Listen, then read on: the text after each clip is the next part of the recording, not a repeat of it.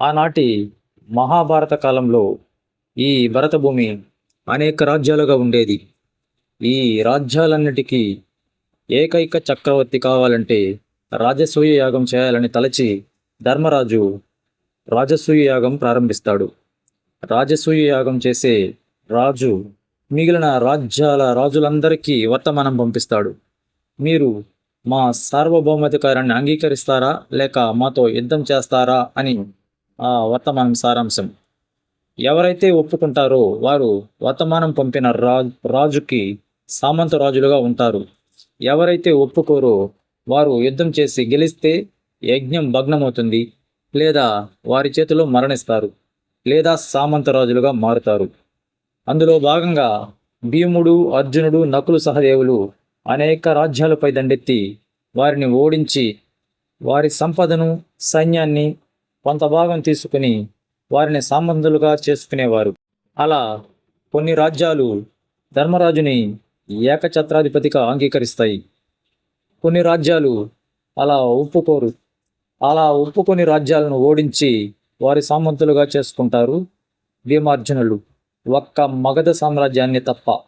ఒకసారి మగధ రాజ్యం గురించి చర్చిస్తూ శ్రీకృష్ణుడితో అర్జునుడు, భీముడు ఇలా అంటారు: అన్ని రాజ్యాలను జయించాం కృష్ణ, ఇక మగధ రాజ్యాన్ని హస్తగతం చేసుకుంటే యజ్ఞం పరిపూర్ణమవుతుంది అంటారు. అప్పుడు శ్రీకృష్ణుడు బదిలిస్తూ, అదంత సులభం కాదు అర్జున అంటాడు. మగధ దేశపు రాజు జరాసంధుడు. అతడు ఇప్పటికే 99 మంది రాజ్యాలలోని రాజులను బంధించి ఉంచాడు తన మహాయజ్ఞంలో బలి ఇవ్వడానికి అని అంటాడు. జరాసంధుడిని జయిస్తే మనం 100 రాజ్యాలను జయించినట్టే అంటాడు. అంతటి శక్తిమంతుడు జరాసంధుడు. ఇంకా జరాసంధుడు వంటి వీరుడు, బలవంతుడు, పరాక్రమవంతుడు మరొకడు లేడు అర్జున.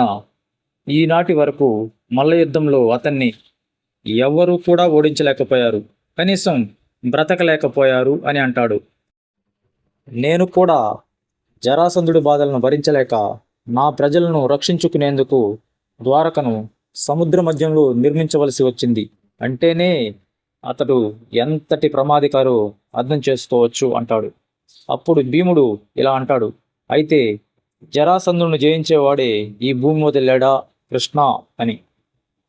అప్పుడు శ్రీకృష్ణుడు ఇలా అంటాడు: ఒక్కడున్నాడు భీమా అని అంటాడు.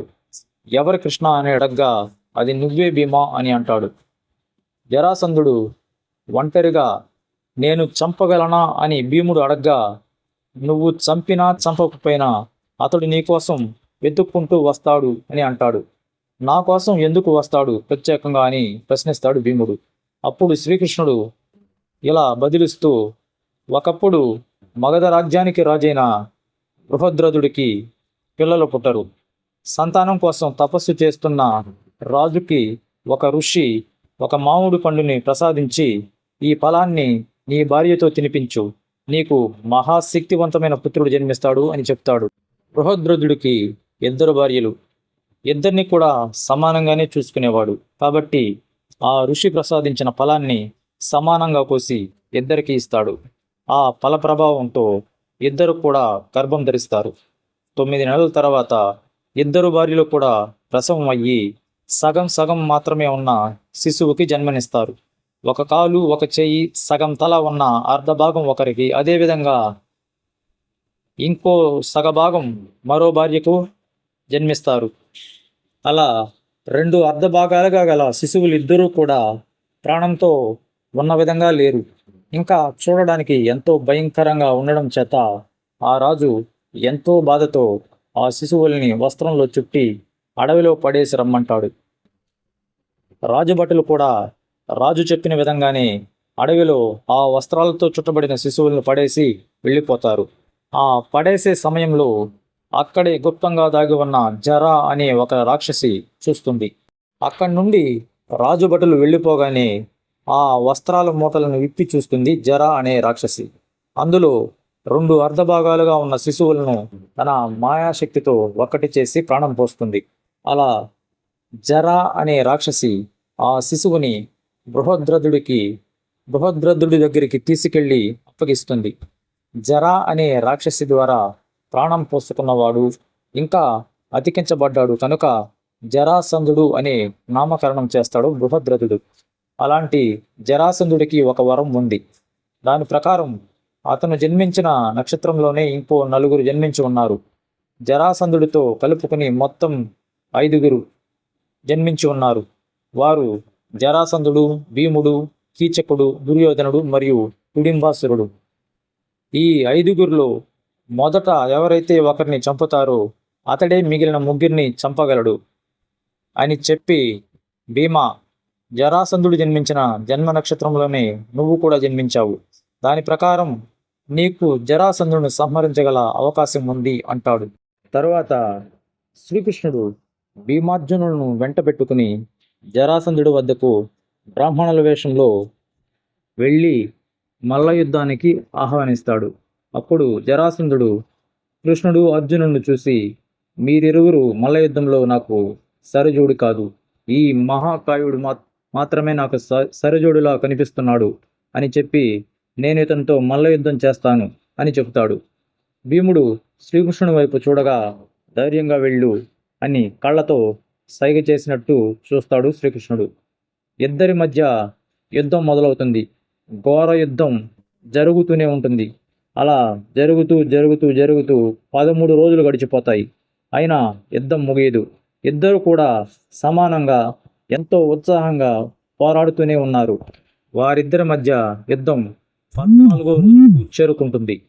అప్పుడు భీముడు ఉగ్రరూపుడై జరాసంధుడిని ఒక కాలు తొక్కి పట్టుకుని మరో కాలుని చీల్చి శరీరాన్ని 2 అర్ధభాగాలుగా చేసి పడేస్తాడు.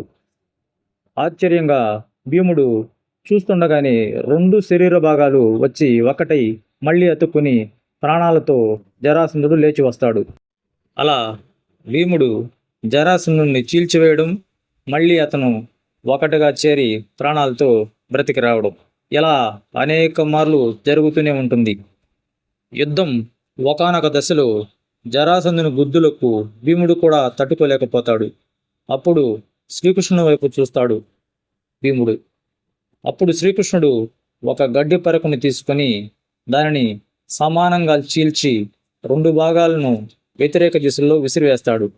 దానిని చూసిన భీముడు రెట్టించిన ఉత్సాహంతో యుద్ధం చేసి ఒక కాలుని తన కాలుతో నొక్కిపట్టి మరో కాలుని చీల్చివేస్తాడు జరాసంధుడిని. వెంటనే ఆ 2 సమభాగాలుగా చీలిపోయిన జరాసంధుడిని వ్యతిరేక దశలో విసిరివేస్తాడు. అంతటితో జరాసంధుడు అధ్యాయం ముగిసిపోతుంది. జరాసంధుడు మరణించినా కూడా భీముడు ఆవేశం ఎంతోసేపు అలానే ఉంటుంది. దాంతో అక్కడున్న జరాసంధుని సైన్యమంతా బెంబేలెత్తిపోతుంది. శ్రీకృష్ణుడు భీముణ్ణి శాంతింపజేసి అక్కడి నుండి తీసుకుని వస్తాడు.